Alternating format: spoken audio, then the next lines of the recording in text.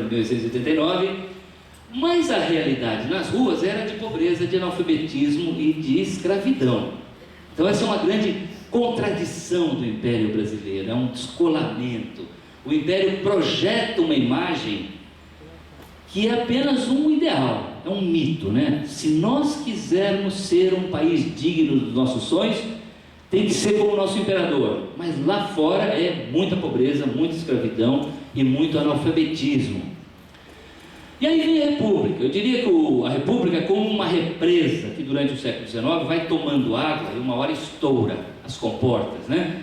O século XIX é um século altamente revolucionário de Darwin, Marx, Freud, do telefone, do carro, da tecnologia do vapor, e assim por diante. Então, o Brasil se torna realmente muito exótico no final do século XIX, um país dominado pela escravidão, coisa que os outros países não tinham.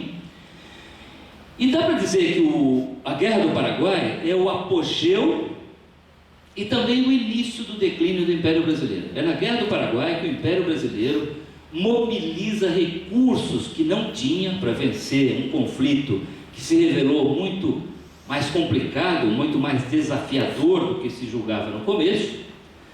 Surgiu ali um novo sentimento de nacionalidade. Brasileiros de diversas regiões, de diversas cores, de diversas classes sociais se encontraram pela primeira vez nos campos do Paraguai, lutando pelo mesmo ideal, pela mesma pátria.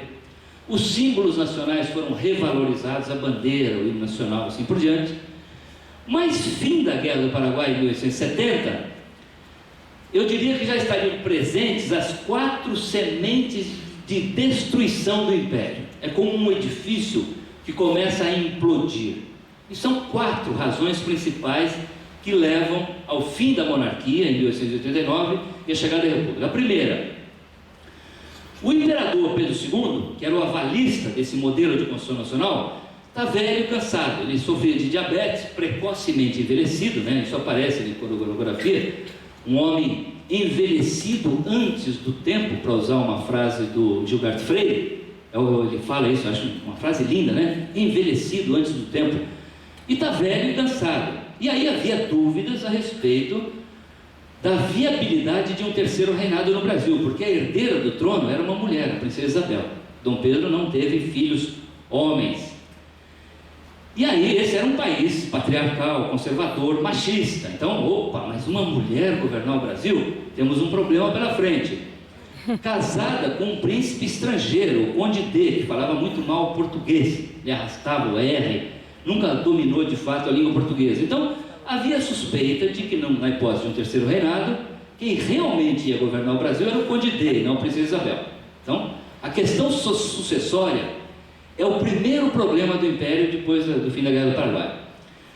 O segundo problema é de natureza militar. Aquelas lideranças militares que haviam adquirido grande prestígio durante a guerra, Almirante Tamandaré, o Duque de Caxias, General Osório, um grande momento de proeminência das Forças Armadas, elas perdem prestígio depois da Guerra do Paraguai, porque o Brasil não precisa mais investir tanto nas suas Forças Armadas, não é? Então os efetivos diminuem, os soldos são congelados e também o prestígio das lideranças cai. Aí surge a chamada questão militar, que é uma série de escaramuças entre as lideranças das Forças Armadas e o Império Brasileiro. E essa seria a principal razão que levaria o Marechal Deodoro da Fonseca a liderar o movimento, o golpe amanhã do dia 9, do dia 15 de novembro de 1889, a chamada questão militar. A terceira razão, começa a campanha republicana.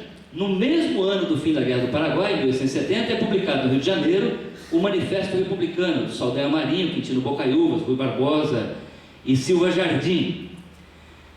E é uma dissidência do Partido Liberal, surgida em função da Guerra do Paraguai. Não vale a pena explicar em detalhes essa dissidência, mas o Manifesto Republicano tem uma frase muito simbólica. Ele diz o seguinte: somos da América e queremos ser americanos. Portanto, é um país que busca uma nova identidade, né? Não é mais aquela identidade monárquica que se inspirava em Viena, Versalhes e Madrid. Somos da América e queremos ser americanos. Então, começa ali a ruidosa campanha republicana que faria muito barulho na imprensa do Rio de Janeiro, do Rio Grande do Sul, do Júlio de Castilhos, assim por diante, até 1889. Terceira razão. E a quarta e última razão, que eu considero realmente a pá de cal no Império Brasileiro, é a campanha abolicionista do Joaquim Nabuco, José do Patrocínio, Luiz da Gama, André Rebouças, que também começa em 1870, 1871, com a lei do ventre livre, em seguida a lei dos sexagenários. É a primeira grande campanha popular de rua no Brasil. Milhares de pessoas iam às assembleias, aos comícios do Joaquim Nabuco no Rio, às reuniões da Confederação Abolicionista, assim por diante. E o Brasil se torna também o que a gente poderia chamar de um pária internacional, como foi a África do Sul no regime do Apartheid. O mundo se voltou contra o Brasil, especialmente a Inglaterra, que era a potência da época, porque o Brasil se recusava a acabar com a escravidão. A aristocracia rural escravagista não queria acabar com a escravidão. Então, a tal ponto que, em algum momento, o próprio trono brasileiro, depois de muita relutância, se converte ao abolicionismo. E quem assina a Lei Áurea, no dia 3 de maio de 1888, é a herdeira do trono, a princesa Isabel. Então é como se o Império Brasileiro tivesse puxado o seu próprio tapete, o seu alicerce, destruído o seu alicerce, porque ali se rompe um acordo. A aristocracia rural escravagista, lá em 1822, tinha dito o seguinte: olha, integridade territorial, estou nessa.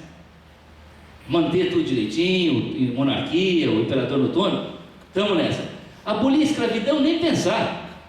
Nem pensar em abolir a escravidão. O Brasil era viciado em escravidão. O Brasil dependia da mão de obra escrava.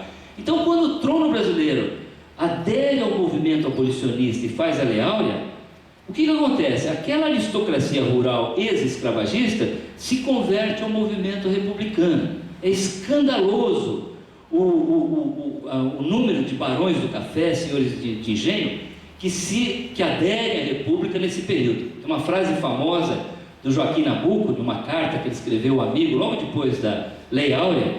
Ele diz o seguinte: olha, a lavoura está toda republicana. Acabou o Império Brasileiro. Então é de fato isso que acontece, né? Na manhã do dia 15 de novembro de 1889, chega ao fim uma experiência de 67 anos na história brasileira, que é a monarquia, e começa outra, republicana. Aí é interessante, o Carmen sempre me vigia, né? A Carmen me conhece, se ela deixar eu fico falando aqui o dia inteiro. Então, é só mais 5 minutos. Tá bem.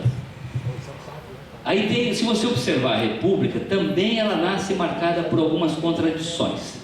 Assim como o Império tinha essa miragem que eu citei há pouco, a República no Brasil também é marcada por contradições muito fortes. Por quê?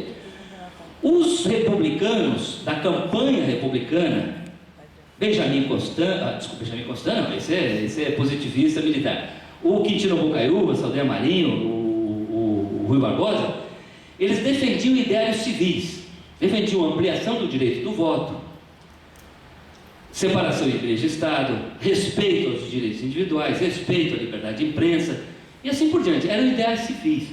Só que esses republicanos não conseguiam viabilizar a mudança do regime pelas urnas, até porque tinha muita fraude no sistema eleitoral do Império. Então o Partido Republicano não conseguia eleger ninguém, elegia um ou outro deputado e não mais que isso. Então, diante da inviabilidade de chegar ao poder pela via institucional, os republicanos brasileiros embarcam numa canoa golpista do Marechal Deodoro da Fonseca. Então essa república que defendia o que a gente poderia chamar hoje de forma anacrônica de liberdades democráticas, ela se converte, ela chega para um golpe militar e se converte numa ditadura com o Marechal Deodoro da Fonseca, que fecha o Congresso em novembro de 1891, e principalmente com o Marechal Floriano Peixoto, o Marechal de Ferro, né, que consolida a República a ferro e fogo. Nos 10 anos seguintes da proclamação da República, o Brasil paga um preço altíssimo pela consolidação do novo regime. Estima-se que mais de 30 mil pessoas tenham morrido em 3 grandes revoluções, que foi a federalista no Rio Grande do Sul, do Cerco da Lapa, no Paraná, a revolta da Armada, a briga da Marinha contra o Floriano Peixoto e a Guerra de Canudos no sertão da Bahia. Somadas as vítimas desses conflitos, morreram cerca de 30 mil pessoas. O que desmente também o mito de que o brasileiro é um povo pacífico, cordial, que aceita mudanças e transformações sem sangue, sem sofrimento. Não é verdade. Quando você olha a história do Brasil na lupa, no microscópio, você observa que sim, tem muito sangue, tem muito sofrimento. Mas não, às vezes, no momento que as coisas acontecem. Se você observar o grito do Ipiranga, não tem sangue. Mas nos anos seguintes tem sim uma guerra da independência que morrem cerca de 3 mil pessoas no Norte e Nordeste, na Bahia especialmente. Se você observar o 15 de novembro nas ruas do Rio de Janeiro, não aconteceu nada. Tem um jornalista lá que diz assim: o povo assistiu a tudo aquilo bestializado, achando que era um passeio militar. Não tem sangue no dia 15 de novembro. Mas nos 10 anos seguintes, sim, morre muita gente para que essa república autoritária, forte, se consolide. Quando o poder volta às mãos dos civis, com Prudente de Moraes e Campos Salles, já no finalzinho do século XIX, a equação, curiosamente, é muito parecida com a dos tempos da monarquia. É aquela mesma aristocracia rural que começa a mandar nos destinos da República Civil, a chamada política, a República dos Fazendeiros, também conhecida como política do café com leite, entre Minas Gerais e São Paulo. Então, onde tinha um imperador, agora você tem um fazendeiro, um presidente da República, apoiado pela mesma elite agrária que apoiava o império até então. O chamado quociente eleitoral, de participação eleitoral, é ainda inferior do que nas últimas eleições do império. A República falha na tarefa de incorporar a população no processo decisório. Eram muitos analfabetos. Os analfabetos não podiam votar. Então, nas primeiras eleições da República, até 1930, o índice de participação é menor do que na época do Império. A fraude eleitoral, o voto de cabresto, o coronelismo, o clientelismo continua tão impávido quanto era antes. Então, observem que o regime muda na sua nomenclatura, onde antes era monarquia, agora é república, mas a prática, a equação do poder permanece inalterada, até 1930. E aí eu diria que nós temos uma série, depois de 1930, uma série de monarcas republicanos, como se fosse uma república de prática monárquica. Por exemplo, Getúlio Vargas, da Revolução de 30, do Estado de 1937 a 45, Estado Novo, obrigado. Ele é um monarca republicano, um homem que organiza o Estado brasileiro de cima para baixo. Ele reforma, faz a CLT, reforma as leis, os costumes, industrializa o Brasil com a imprensa sob censura, os opositores na cadeia, os partidos, o Congresso fechado. Então, é uma coisa curiosíssima. É de cima para baixo, chamado ideário positivista, que depois, se tiver tempo, eu posso explicar em mais detalhe. Aí nós temos um brevíssimo período de democracia, de 46 a 64, e de novo uma série de monarcas republicanos fardados, que são os generais do regime de 64. Então isso é muito interessante, você observar que a construção republicana, do ponto de vista de estrutura, de poder, de organização, ela é muito parecida com a da monarquia. É uma construção de cima para baixo, sempre mantendo essa enorme massa que está embaixo, de analfabetos, de pobres, de ex-escravos abandonados à própria sorte, à margem do processo, porque essa é uma massa muito perigosa, Lá em 1872, o Joaquim Nabuco escreveu com um amigo e falou uma coisa curiosa. Ele falou assim: deve ou não o povo participar da política pelas condições peculiares que nós temos de raça, educação e rivalidade regional e tal? Ele está dizendo o seguinte: como é que faz para incorporar essa matéria-prima na construção nacional? Um país com tantos analfabetos, com tantos pobres, com tanto isolamento, com tanta rivalidade regional. Ou é melhor a gente construir a construção do Brasil, continuar a construção do Brasil com a elite imperial, que organiza tudo e vai fazendo, vai reformando as coisas, ou uma elite republicana, mantendo toda essa massa, essa geleia geral social herdada do período colonial ainda, à parte. Esse é um grande desafio do Brasil, Eu diria que, aliás, está muito presente hoje nas eleições, na forma como o Brasil está votando. Incorpora todo mundo ou, mantemos o controle sobre o processo? Não é à toa que tem tanta gente nas redes sociais pregando a volta do regime militar, da ditadura. Gente, esse negócio de democracia não dá certo, vamos voltar atrás e tentar a experiência que nós já testamos lá atrás de ditadura. Curioso, né? Essa tentação autoritária paira no nosso horizonte o tempo todo. Mas eu não queria terminar essa palestra também com um tom muito negativo, né? De que o país é apenas um país herdeiro de passivos históricos e de construção autoritária. Eu diria que nós vivemos hoje uma experiência tão importante do ponto de vista histórico quanto foi 1808 e 1822. Daqui a 200 anos, quando um jornalista maringaense aventureiro quiser escrever a história do Brasil de hoje, ele provavelmente vai chegar à conclusão de que nós vivemos hoje um período tão importante quanto foi a independência. Porque é a primeira vez que nós estamos sendo chamados a participar da construção do futuro. Eu considero a campanha das diretas já em 1984 uma segunda proclamação da República. Aí não é mais o general em cima do cavalo mudando o regime, mas o povo na rua pedindo o direito de votar. Mas um país também transformado. Observem que em 1984 nós não somos mais uma economia agrária como nós éramos em 1808, 1822 e 1889. É uma economia complexa, uma economia mesmo a economia agrária é uma economia de agronegócios muito mais elaborada, muito mais complexa do que na época que nós exportávamos café, apenas café. É um país urbano, de urbanização acelerada, o êxodo rural da década de 70, o ABC paulista da industrialização, mas é um país de grandes metrópoles e a urbanização traz novas práticas políticas, as pessoas estão mais próximas, né? Sem uma cidade, provavelmente nós não estaríamos aqui hoje participando desse evento. Um país que se abre para o mundo, um país que começa a trocar ideias e investimentos e práticas com o resto do mundo. Um país com menos analfabetos, diminuiu drasticamente o número de analfabetos de meados do século XX até a época da campanha das diretas. Então, esse país, com uma nova equação econômica, educacional, cultural, demográfica, autoriza a si próprio a proclamar uma segunda vez a República no Brasil. É o que nós fizemos em 1984. E não é por acaso que 9 anos depois, nós que já temos alguns cabelinhos brancos, participamos de um curiosíssimo plebiscito. Vocês se lembram, em 1993, em que nós fomos chamados a decidir nas urnas se o Brasil era uma república ou uma democracia. Cumprindo uma promessa lá que o Benjamin Constant fez na noite do dia 15 de novembro de 89, e o Brasil não realizou o plebiscito. O Brasil ficou como uma república provisória por mais de um século. Em 93 nós decidimos nas urnas que o Brasil era uma república. Em 88, um pouquinho antes, a gente fez uma nova Constituição Republicana, a Constituição Cidadã do Ulisses Guimarães. Então o que nós estamos vendo hoje é um experimento totalmente novo em andamento.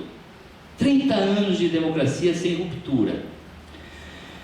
Democracia, como vocês sabem, não é tão fácil quanto parece. Às vezes o brasileiro não tem muita paciência, né, para soluções de longo prazo. Ele quer gigante adormecido que vai acordar e resolver tudo muito rápido. Então, a gente alimentou a ilusão de que bastavam alguns anos de democracia e o Brasil virava uma potência de primeiro mundo. Aí está demorando, está demorando. O Brasil também é um país messiânico, de salvadores da pátria. A gente quer soluções mágicas, também muito rápidas. Então nós apostamos em alguns salvadores da pátria. O Collor dos descamisados, o Fernando Henrique que dá um tiro na inflação, o Lula, o pai dos pobres, a Dilma, mãe do Bolsa Família. E a gente meio que esgotou o arsenal dos salvadores da pátria, né? Quais são as soluções mágicas que permanecem no ambiente? Não tem mais. Então eu diria que hoje é como se o Brasil tivesse olhando no espelho, nu, e dizendo, então agora, como é que eu vou para frente? Esse sou eu. Eu vou ter que resolver os meus problemas. Não é o imperador, não é o general, não é o Messias, o Dom Sebastião que vai baixar aqui. Sou eu que vou ter que resolver nas urnas, na participação política do dia a dia. E aí eu percebo na paisagem brasileira, até fruto dessa longa experiência histórica de não participação, uma certa exaustão, um certo cansaço. As pessoas se cansaram de exercer a democracia, o que é muito perigoso. Muito perigoso. Então, assim, é como se a gente estivesse perdendo a esperança, né? Não dá mais, a corrupção continua endêmica, o Estado continua tão ineficiente quanto sempre foi, a desigualdade social, o PIB não cresce, o país não vai para adiante. Então, um certo cansaço. Então, eu acho que o que eu tenho hoje nas minhas palestras, é interessante que às vezes o escritor é chamado a um papel político que ele às vezes não julgava não existir, é pedir paciência, gente. Paciência com o Brasil. Vamos manter a nossa esperança, vamos persistir no caminho que nós escolhemos, não vamos jogar fora o que nós plantamos até agora, vamos ter paciência, vamos aprender a exercer a democracia e manter a esperança no país. Porque eu acho que hoje o grande risco que nós corremos é uma combinação de desesperança, nada funciona, o Brasil não vai para frente, eu perdi a esperança no Brasil, com o cinismo. O cinismo, ele é muito próximo da desesperança. O cinismo diz o seguinte: o Brasil é um país corrupto mesmo, então eu vou corromper, né? O Brasil é um país violento, então eu vou ser violento nas minhas relações pessoais. Ou o cinismo é você ver no Jornal Nacional um advogado de empreiteira dizendo o seguinte: para fazer obra no Brasil tem que ter propina, e se vocês perseguirem as empreiteiras, o Brasil vai parar, porque sem elas o Brasil não faz nada. Isso é cinismo puro, cru. Não dá, olha, tem que manter a corrupção porque não tem outra forma. O Brasil é assim, não pode, nós não podemos aceitar isso. Então nós não podemos nem aceitar perder as esperanças, deixar de persistir no caminho que nós escolhemos e nem se deixar cair no cinismo. Porque isso sim, isso é altamente destruidor. Isso leva ou uma acomodação geral ou leva ao golpismo. O golpismo está presente no ar, uma crise institucional, uma crise de falta de esperança e de perspectiva, que aí chama o ditador para nos ajudar, um pai, né? Um freudiano, né? Pai, venha resolver o nosso problema porque nós não conseguimos resolver. Mas eu diria que assim, não vamos nos assustar com as dificuldades da democracia, é assim mesmo. O país é um país muito jovem, o país nasceu democraticamente apenas 30 anos atrás. E democracia é um jogo complexo, que envolve interesses divergentes de 200 milhões de brasileiros. E assim mesmo, mas não existe uma forma mais organizada, mais estruturada, mais sólida de construir o futuro. E essa chance nós temos. Até porque, para encerrar definitivamente, olhando o passado, nós precisamos levar em conta a jornada que nos trouxe até aqui. Quando você olha o passado, você percebe, por exemplo, que as dificuldades do presente são muito menores do que aquelas que nós enfrentamos lá atrás. Na época da independência, sequer a existência do Brasil na sua forma atual era provável. A maior chance é que o Brasil mergulhasse numa guerra civil e se fragmentasse, ou mergulhasse numa guerra étnica, que houvesse um banho de sangue. Nós superamos isso. Então, se as nossas conquistas do passado são nessa dimensão, nada indica que nós não consigamos resolver os problemas do presente, que são pequenos. A outra coisa, não vamos fazer injustiça com os brasileiros que nos precederam. Muitos brasileiros lutaram pela democracia, pelo direito do voto, alguns foram presos, torturados, exilados. Então não pode pregar voto nulo. Não dá para ter um terço do eleitorado votando na Dilma, outro terço votando no Aécio e um terço se eximindo, não votando voto nulo, não comparecendo para votar. Fazer isso, gente, é uma injustiça com todos os brasileiros que nos trouxeram até aqui e que lutaram pelo direito que nós construíssemos o Brasil nas urnas, como cidadãos de pleno direito. Então eu queria terminar com essas mensagens, agradecer a presença de todos. Eu não sei, Chico, se tem espaço para perguntas ou não, mas se tiver, eu estou à disposição. Muito obrigado.